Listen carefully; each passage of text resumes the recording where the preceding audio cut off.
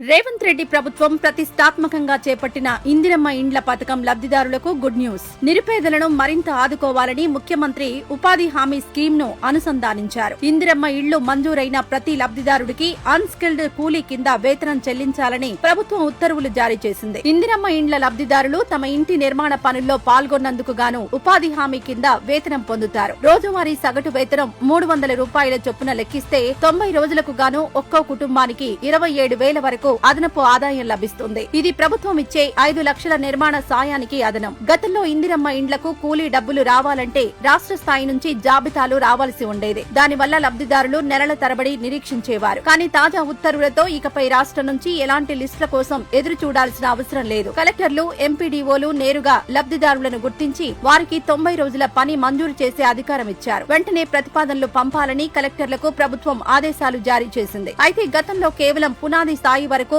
60 రోజులకు మాత్రమే కూలీ ఇచ్చేవారు. కానీ సీఎం రేవంత్ రెడ్డి చొరవతో ఎక్కడా కోత విధించకుండా పూర్తి స్థాయిలో 90 రోజుల పని దినాలు కల్పించేలా స్పష్టమైన మార్గదర్శకాలిచ్చింది. దీంతో గతంలో కంటే లబ్ధిదారులకు ఆర్థికంగా ఎక్కువ ప్రయోజనం కలుగుతుంది. ప్రజాప్రభుత్వంలో పేదల సంక్షేమానికే ప్రాధాన్యం.